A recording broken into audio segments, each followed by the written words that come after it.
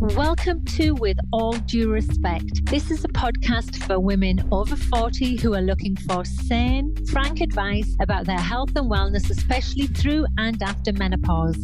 I'm Amanda Thebe, a personal trainer and nutrition coach, and the author of the best-selling book, Menopocalypse: How I Learned to Thrive During Menopause and How You Can Too. I'd love you to join me every week as I chew the fat with some fab guests on hot topics that directly impact you. I also know the power of conversation is lost, and there's nothing better than sitting down for a natter with your mate and putting the world to rights. And that's exactly what I'll be doing with this podcast. We'll really get to know my guests, warts and all. I've made it my mission to help you by exploding a few myths and presenting you with plain, simple facts. These inspiring conversations will hopefully empower you to be a healthy, strong, resilient bitch, just like me. Before we get started, don't forget to hit subscribe and leave a review, and then visit me at amandathebe.com. And now let's get started on today's show.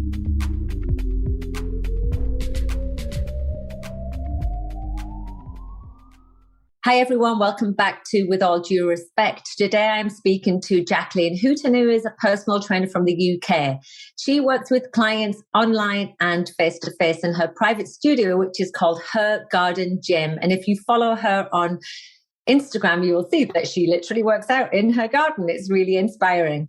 She specialises in working with women in their 50s and 60s to get strong, fit and healthy, and to avoid physical decline and enjoy optimal aging. And that's something we're going to discuss a lot today, is how to age actively and proactively as well. Jacqueline's now 59. She's one of the most positive influencers on Instagram that I know. She's always upbeat, always cheery, even when faced with adversity, which we'll talk about as well. She's also known for her inclusive and pro-aging approach and for challenging ageism in health and fitness. And I see that too. It drives me crazy. I'm so glad you're here. Welcome, Jacqueline.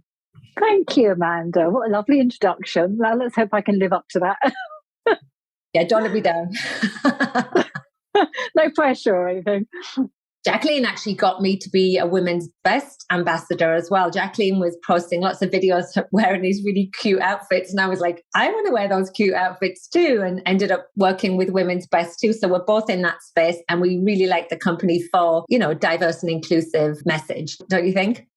Absolutely. So important. I mean, I know we sort of mentioned this, but I went off to Austria with Women's Best recently to record part of the Women's International Day campaign. And that was so inclusive because the ambassadors they've got over there really represented women of different ages and with physical disabilities. And it was just lovely to be part of that. I really love fitness brands that embrace diversity. It's so important. We see fitness brands, so many dominated by young women, especially.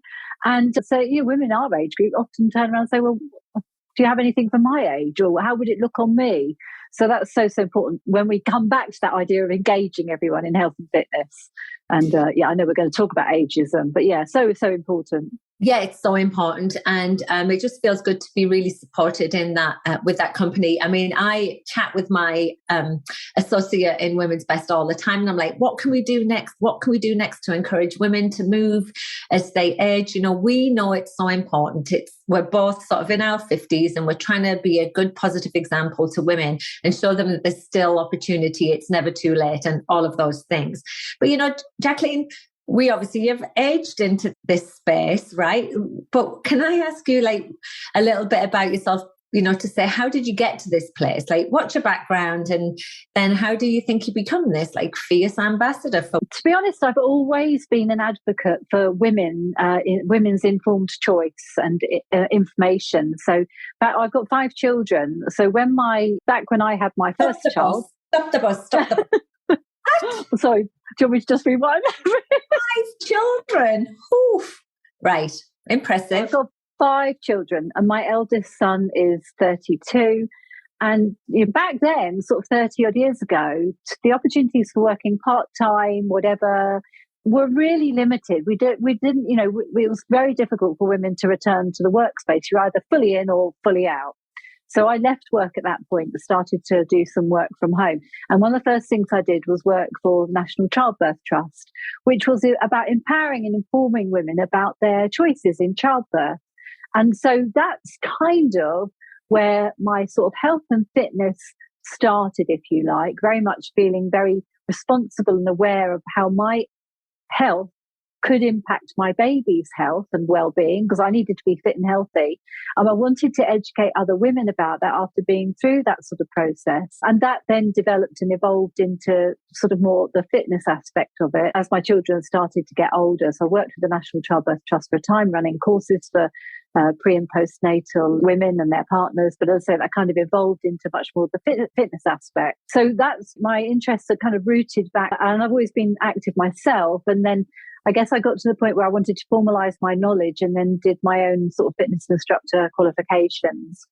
Well, about 20 odd years or so ago now. And then also started to teach. So I was a tutor. I worked for a training company where I delivered fitness courses for people who wanted to train to be instructors as well.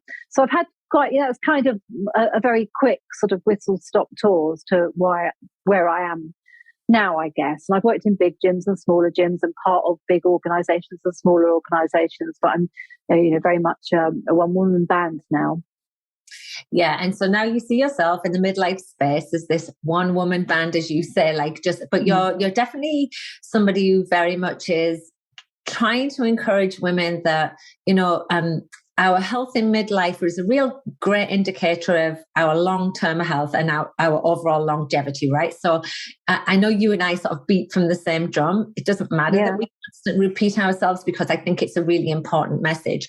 Can I ask you what you see as some of the limitations that women place on themselves in midlife? Because I know I have feelings on this as well. And I know that a lot of the time the work that women need to do isn't always from a physical aspect, in my opinion. Yeah, exactly. So I think there's so much going on for women. So very often women, their relationships are broken down. Sometimes they face financial difficulties.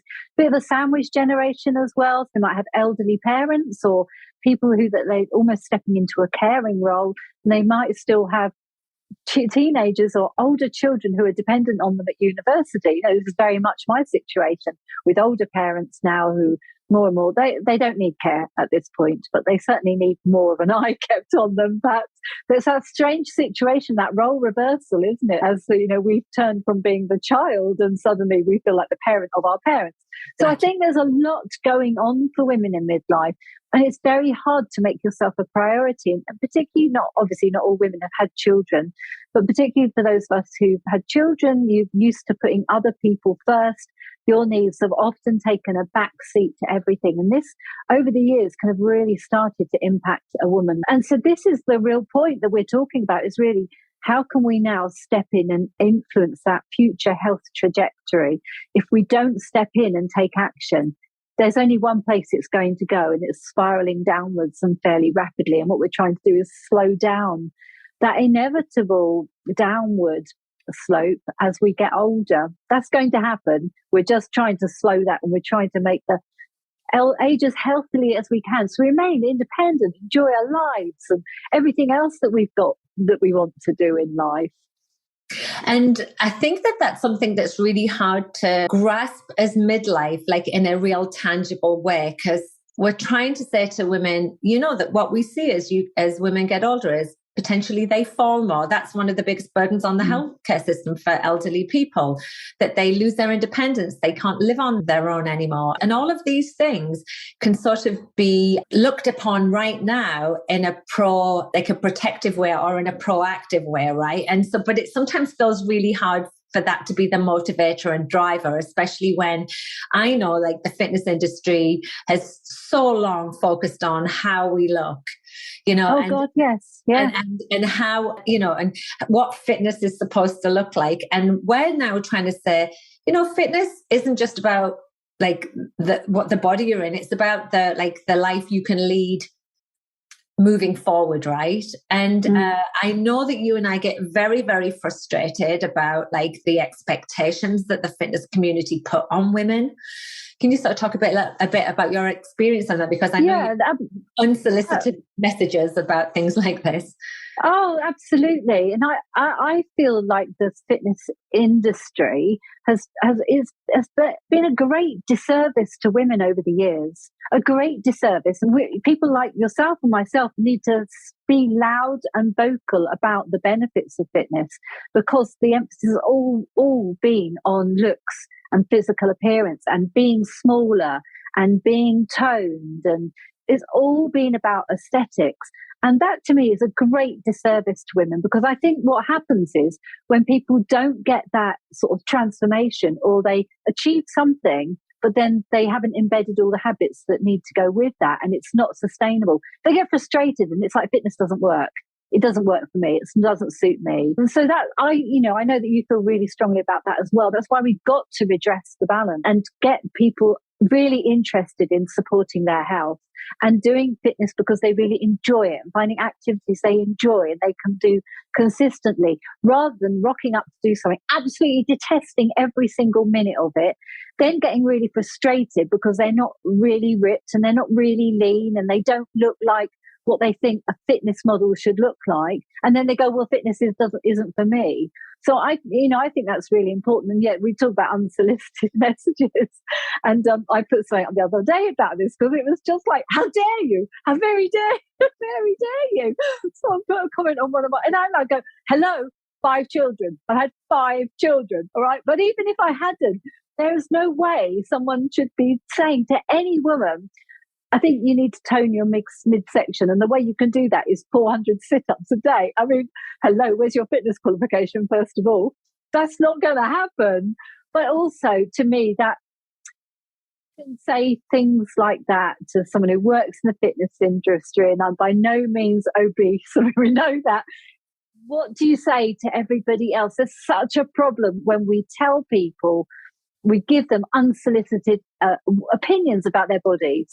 And that all comes back to that idea that fitness is that you should look like that, whether you're in fitness or doing fitness or training in fitness or exercising. Therefore, you're going to look like that. And that is really, really wrong. And I can understand why so many people then get very anxious. They don't want to go to the gym. They feel really self-conscious. It feeds into some women's biggest fears about exercise. So, yeah, I'd like hit that one straight on the head. Jesus, Jacqueline, get off your soapbox. No, don't. But I mean, don't. That was exactly how I feel. That was brilliant. And, my opinion is no one should ever comment on anyone's body, full stop. Never. And so the fact that somebody felt that they do that, I'm just like, yeah, go fuck yourself. Because well, you're so much better than me because you handle it with a bit more grace than I would. But it was wrong that happened. And, I remember World Menopause Day last October. I was so tired of the negative message around menopause about, we should fear the symptoms. It's going to be a horrendous time. I'm not saying it isn't a horrendous time, but we need to feed women full picture narrative. And so I reached out to women and said, and you were one of them, if you've got any photographs of yourself doing an activity and you're menopausal, perimenopausal to postmenopausal, please send me them. I want to highlight and show what women, can achieve. And how we all look different and how healthy can look different for us all. I had 500 submissions and not one person looked exactly like the other person. And it was just one of those things I was like, oh my God, this is just exactly what women need to see. Women need to see other women moving and being strong and not comparing. Stop the comparison. Stop trying to be, something that's probably essentially maybe never going to happen to you. It's just like, we have to move away from it's all about the aesthetics.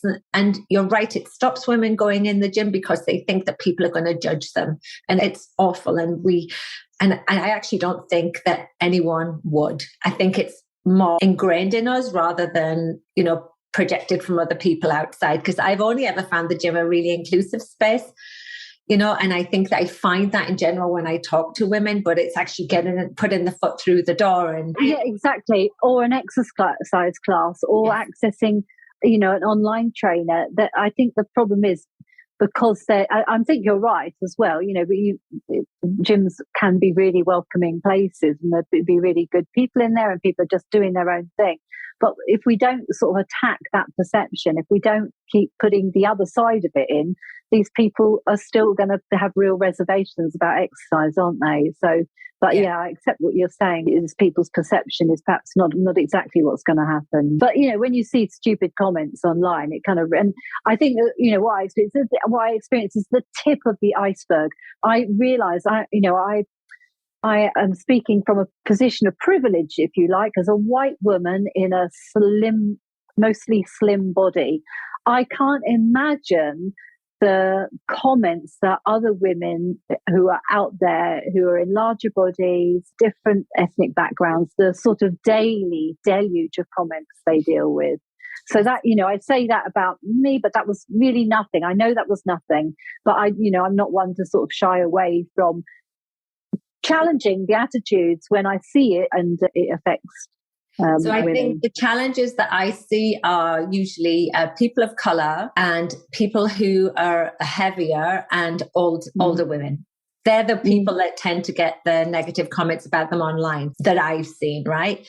But here's the thing that I might add to that. I also see tons and tons of positivity as well. Like if you look at the role models that we look at, people like John McDonald in her 80s, like that we can aspire to and stuff. Like I think that I'm hoping that the tide is turning, that we actually see that, we can be respected. It doesn't matter what we look like. I think we can, but I think ageism is a big, big issue in society. I think that I don't think we're there with ageism yet. I think it's one of those isms that people don't even recognize they're guilty of, and until you point it out. And I think that is a real issue, particularly for women.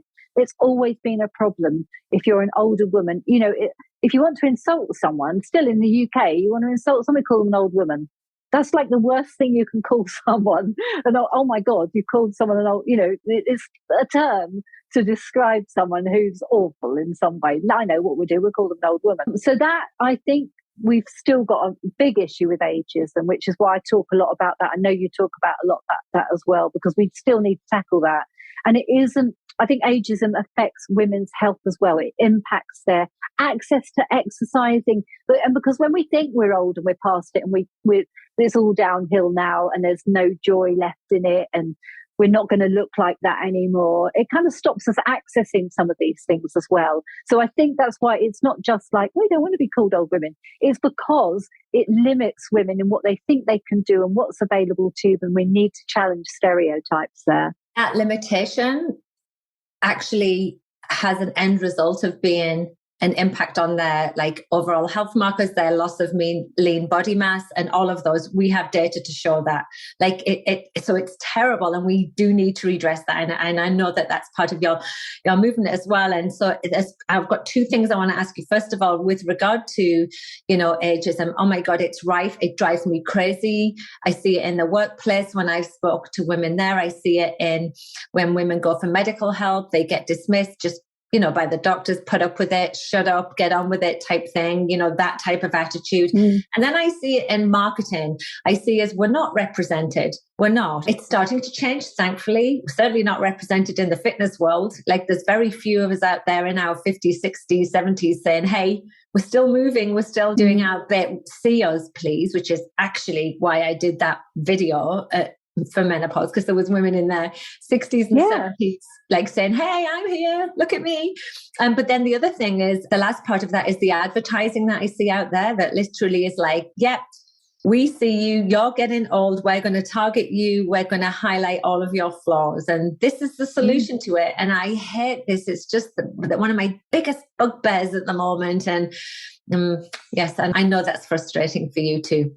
Yeah, absolutely. So I just would like to remove the description anti-aging.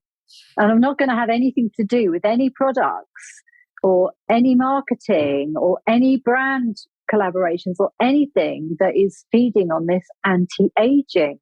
That's, it's just it's an oxymoron really, isn't it? It's like, we're pro-aging, we're active aging, we're talking about healthy aging and optimal aging. We're not anti a whole group of people who are getting older. what a ridiculous notion. And that's such, to me, that type of marketing is so back in the dark ages. And, we're trying to help people embrace the aging process, but in a really proactive way. How can we embrace this phase and do things that support our health and well-being, that then permeates into everything else in our lives that we're doing, with that's family, relationships, travel, everything else, really, if we're approaching that in a pro and supportive way. So goodbye, anti-aging. With a resilient mindset, exactly. And so with that in mind, I want to talk about the viral video. So a bit of background to those watching and listening. Jacqueline had the audacity to post a video of herself dancing to some country music in a pair of denim shorts in her late 50s. It was one of those videos, I watched it and I was like, oh my God, you're so cute. Because you are actually quite adorable, right? And I looked at it and thought, this is so cute. But then something happened, didn't it? It was absolutely nuts. Can you just go through that whole experience? So it was, at the time, it was a trending audio. So we know trending audios on Reels tend to do quite well. It was a country music type audio as well. So we've got a garden shed that actually looks like a Dutch barn. So that was, I thought, I've got that. I've got a check shirt. I've kind of got the cowboy boots. I've got the denim shorts. Oh, here's a pretend cowboy hat from a local sort of eatery we go to. And I just did the trending sort of dance that went with that audio, and the put really to and the words on top of that video was like, don't tell us that 50 is the new 30 or it's the new 40. 50 is 50 or 58 is 58 or whatever. And that was the whole point of it, was about embracing, not being ageist, basically. Being here right now. Being here right now where you are, yeah. So that was all, that was the words on the video, and the caption was really making that point as well, that we're not trying to be 40 or 30 or whatever. This is what 50 is like. Or at the time I was making it was 58. This is what 58 is like. It's not like, oh, you look good for your age, which I just absolutely hate that description as well. But yes, so and then the world went a bit crazy after I posted that. So I will say, first of all, I will say overwhelmingly, because I think you said positivity. They were overwhelmingly, the messages were positive, the comments were positive, but there was this group of people who went on the attack, and it was like, you shouldn't dress like that at your age. You shouldn't make reels at your age. You shouldn't wear shorts at your age. The shorts are too short. A little bit of body shaming as well, because you could see a little bit of my midsection because I had a sort of a shirt tied in the middle, and it was like, why are you dressing like your granddaughter? And then really very, very rude, very sexist comments as well.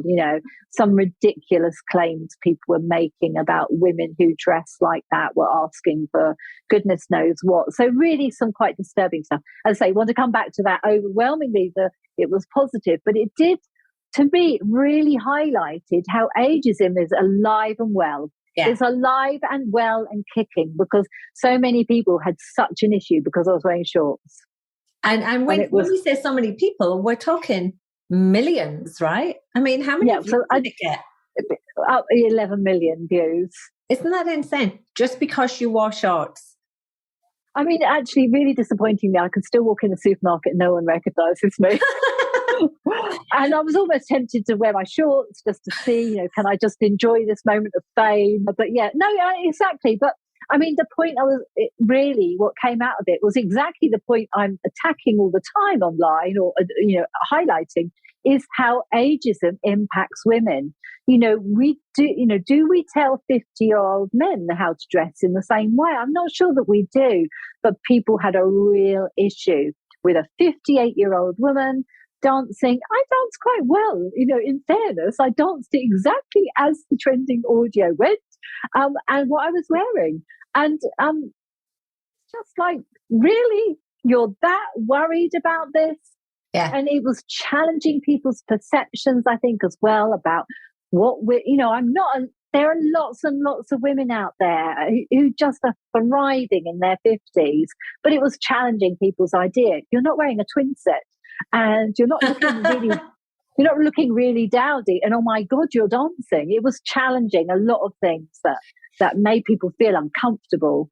You handled it really well, I have to say. I think if you're on social media like we are, you tend to have a layer of thick skin, whether you want to or not. And I know I don't particularly get a lot of detractors, even though I'm a bit more forthright. But when I do get them, I have to sort of take pause and just not react in an emotional way. I tend to just either ignore them and let the comments stay so people can sort of see the type of things that, come up in my feed, or I'll take the time to try and put myself in their shoes if it's worth it. A lot of the time, these people are trolling and it's not worth it. But I did actually like the way you handled it. You rose above it with an element of grace and just ran with the narrative and just kept continuing the message that I'm not going anywhere.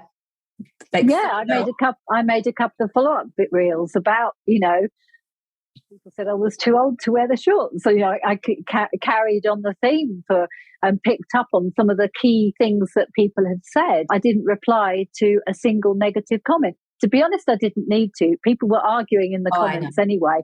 It was hilarious seeing the back and forth of people having complete meltdowns with each other. But as you said, I left the comments there because I thought people needed to see what women are exposed to online, what women are dealing with and how that ageism was showing up. And I left them there really, and they're still there. So. Good. Yeah, go and check it out, guys. But if that exists for you, we know, like you say, we know it exists, and we can see how that would impact somebody, a woman who maybe has gone through some changes through menopause, because we all do, and we maybe feel a little bit different, look a little bit different, and then the idea that somebody then comments on that in a negative way, I can see how harmful that is. I hear how harmful that is, and we have to just fight back and stand up to it. But you know what I think you should do? I think you should get your shorts back on now the weather's nice, and I think you should do a new reel. You know what? The weather is not nice here. Oh. But as soon as the weather cheers up here, of course, I just need that country music start again, and there we go. Yeah, exactly. I think you should do something. I've got an idea. I think you should wear the shorts in the supermarket. You should go shopping and wear it to buy your tomatoes. You should go to the chemist wearing it. You should go into the baker's. I think you should just do these little sound bites of me going, look, I'm a 59-year-old woman now and still wearing the shorts. You're just trying to get me going again, aren't you, Amanda? So we'll just move on from this conversation slightly and talk about, I mentioned menopause. I know you've gone through menopause. You don't talk about it a lot, but you do talk about it as just one of the things that we experience, right? I know your message isn't solely focused on that. I think your transition was quite seamless as it goes, right? I don't think you've had a lot of the hard times that some women have, or have you? I have. And this makes me really frustrated because I think the information around it, I wish I knew what I know now about menopause, because when I think back to my early 40s and some of the skin irritation I was getting, and so no one was connecting the dots. And now I look back and look at some of the things I was going through and thinking, how come I was in the doctors with this and I was in the doctors with that and I was in there with that, and we didn't have the wealth of information that we have now. So I wouldn't say it was horrendous for me by any means, but I am deeply frustrated that the things weren't connected. And I hear you for that. And exactly. And also that, we were very much still suffering from the, the flawed research that we know from the Women's Health Initiative. And so very much the attitude in the UK at the time back then was like, you don't need that, you're fit and well and healthy and all the rest of it. So that I would, when I read other people's experience of menopause, I wouldn't say it was anything like theirs, but I've definitely had some real things that I could have done with better support about. Yeah, retrospectively, you're like, I know that was perimenopause now, right? It's funny when you hear women talking and they don't know. You can sort of see the signs and go, I think I know what that is. Yeah. Obviously, it's not our place. But I do.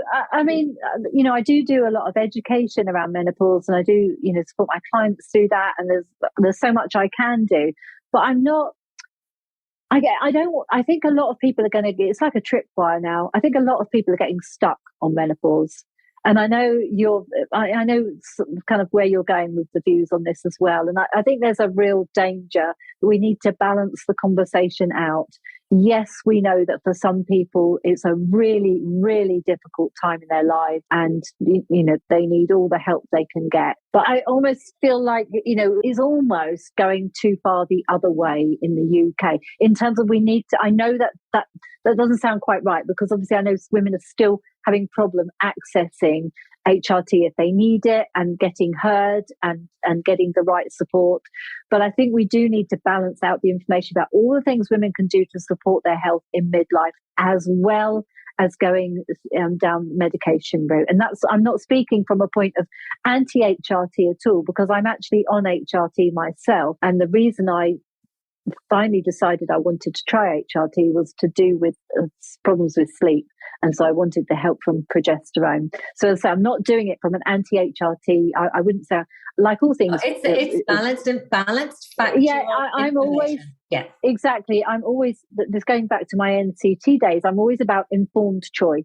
I think women need all the information so that they can make a decision that's right for them. So I'm not secretive about what I'm on, but I know how people can be influenced, and I don't want them to feel like, well, she takes, therefore I should, or she doesn't, and therefore I shouldn't. I'd much rather people look at their own individual situation, get all the information, and make a decision that's right for them. I think that's so, so important. I liked that you said, I think we're stuck on menopause, and I think, we can be, because it can be life-changing for a lot of women. But then I think that when we put things into perspective, there's so much other stuff we can piece up, like focusing on as we age, it's one part of the conversation. Once, get informed, that's what we need, balanced information, so we can have informed choice with no judgment, just with the actual facts, without overstating benefits, without lying and trying to coerce women into doing something. I mean, I get really frustrated with that side of it. But then knowing that this is this shouldn't be a definition of you. It shouldn't define you. And I think that where I like your message is you're now a postmenopausal woman who's thriving and doing well. We call it MHT over here, like HRT, MHT. On that or not, it's still something that women can do. We can still be strong, healthy, resilient post-menopause. I really want that message to stick with women. Yes, exactly. So I'm the reason I'm saying I don't want women to get stuck on menopause is this is what I'm talking about, healthy aging. That's why I'm looking at women in, the 50s and 60s is going, what next? Once you've been through menopause, I know you're post-menopause forever. We know the health implications, but what next? We need to think about the long-term health. And that's why I don't want everyone to get sort of fall down this whole menopause hole and never think about anything else. We've got to get beyond that and move through that. And I also think that conversation isn't happening enough, because a lot of women I talk to, they go I've done menopause, I'm been through that. And no one's really talking to them about the next stage. Women who've been through menopause and perhaps have dealt with that in whatever way and are beyond that, the conversation around menopause doesn't resonate with them anymore. So we do need to be talking about other things to serve those women. Does that make sense?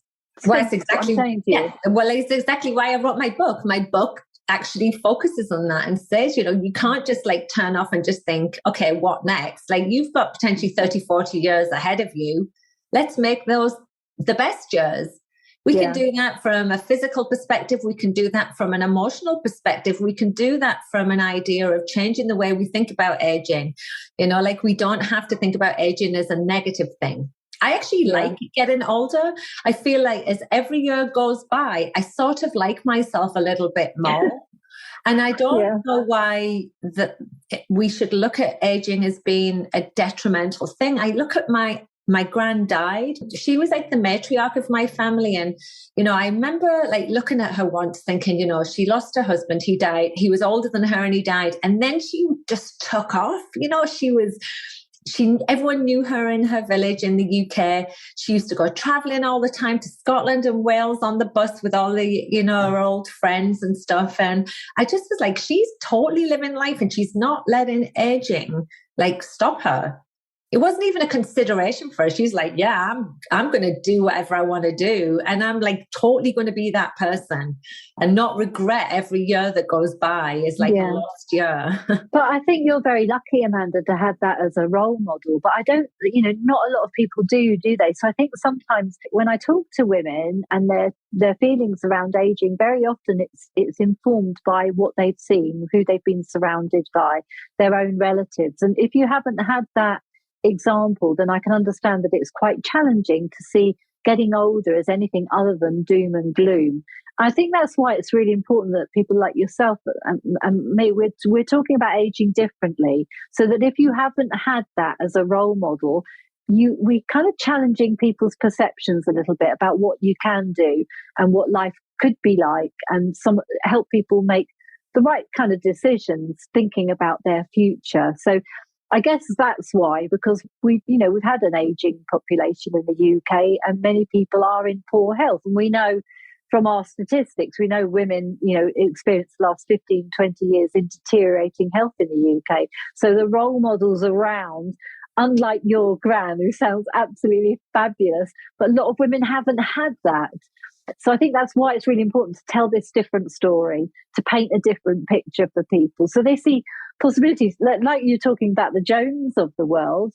When women see that, it's, gosh, there's a woman who didn't get into fitness until her 70s. Wow, look, you can still be healthy and you can change your health around later in life as well. And that's why it's such a positive message, because it's not like she's someone who's always done training. She's come to it very late in life. So that's why we need these alternative narratives, I think.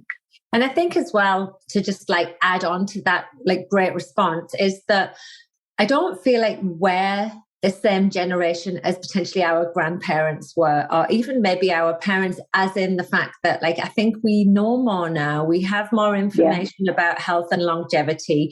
And so and implementing those sort of positive changes in midlife is super, super important and can actually have a real impact, as we said earlier, on our overall health, but potentially, other generations didn't have that wealth. No, absolutely. So they didn't, and I think about my parents who went through, the tail end of the Second World War. Nutrition was different, their access to information. We had a paternalistic healthcare system. The doctor didn't even tell you what he had. Take those pills. That's what you need. The doctor was smoking. The doctor used to sit there smoking. Yeah, exactly. Yeah. So life was very different. So we can't blame previous generations. They grew up in the times they did. And, the women in the workplace, we didn't have, equal opportunity. There are so many other aspects to this. Yeah. We didn't have the Clean Air Act in Glasgow until the 50s. If you grew up in Glasgow before then, you were inhaling air that was bad, detrimental for your lungs. So much has changed. So obviously previous generations have lived through their times. And I hope things will get better and better. And I hope that, we are the role models for next generation of women and my daughters and my granddaughters. Well, you are. Hope it'll get better and better for them, really, for women, in years to come, we would hope. Well, in fairness, they're not going to stand for it. I mean, I think about my niece and I think about your daughter. No, they're just going to they're not going to stand for any of the nonsense that, we potentially have put up with regard to like aging and body image and any of those things. I love watching their attitudes, and we have to come towards an end now. We've talked and it's been brilliant. But Jacqueline, I would like to know, where would you like to see this conversation going? Like in the future with your work and with the general attitudes of women, how do you see us evolving this ageist conversation in a really positive way? I think if I could wave a magic wand, we wouldn't have ageism anymore. It wouldn't exist. We wouldn't need the word because we've tackled it. No, women are no longer suffering with the effects of ageism. It's no longer a conversation. We don't need to have it. I guess that's where I'd really like it to go. And I'd also really like it to become completely normalised for women of all ages to be active. It's no longer, I don't want to be the oldest woman in the gym. I think I am at the moment in our gym. I'm not sure, but I think I am. But I don't want to be the only 80-year-old in there deadlifting. I want there to be a community of women that I can talk to and say good morning to and all the rest of it. I don't want to be, oh, there's that old woman again. And do you know, I want it to be so normal that it's not even a conversation. You know, Joan is standing out because it's unusual at the moment. I think we've had older men in gyms for some time, but that's what I would like to change. That's where I'd like to see it going, that it becomes so normal. It doesn't even warrant a comment. We don't blink an eye. I love it. It's exactly how I feel, yeah. And I'll see you in the gym when we're 90, darling. Deadlifting together. Jacqueline, where can we find you, please? If anyone wants to follow you, your website, your Instagram, where's the best place to look? So the same name, so Her Garden Gym. You'll find me on Instagram and you'll find the website by the same name, Her Garden Gym, and it's .co.uk. So, and I'm always happy to connect with people. It's lovely when people message me or come and follow me or come and interact. So that's always great. And I'm quite a sociable person, as long as you don't tell me to do 400 sit-ups a day to tone my midsection. Because we're just not going to talk if that's how the conversation's going to start. But I'm telling you, you're literally one of the most positive people out there. So don't stop being like that. It's really, and every morning I'm not a morning person. In fact, I hate mornings, and I sort of peak at about 11 a.m. Like I get up and I'm sluggish, and she's up at like 5 in the morning getting the sunrise in, and I don't get the sunrise. So I live vicariously through you. Yeah, that's me down the beach every single morning catching sunrise. When the weather wants to play ball, it's raining today, but when the weather plays ball, I'm still out there in all weathers. But if the sun is shining, it makes it even better to be out there on sunrise. Anyway, thank you so much for coming on today. I really appreciate it. Take care. And thank you, Amanda. Thanks everyone for listening. Bye for now. Thank you so much for listening to the show. If you like what you hear, then why not subscribe to this podcast and leave me a review? You see, when you do this, it helps to raise the profile of my show and attract new listeners. And it also allows me to continue to deliver valuable content with great guests. And in return for you doing that, I will send you my 12-week core-focused program called Abs on Fire as a thank you. Simply drop me an email at amanda@amandasteve.com and I'll wing that your way. Bye.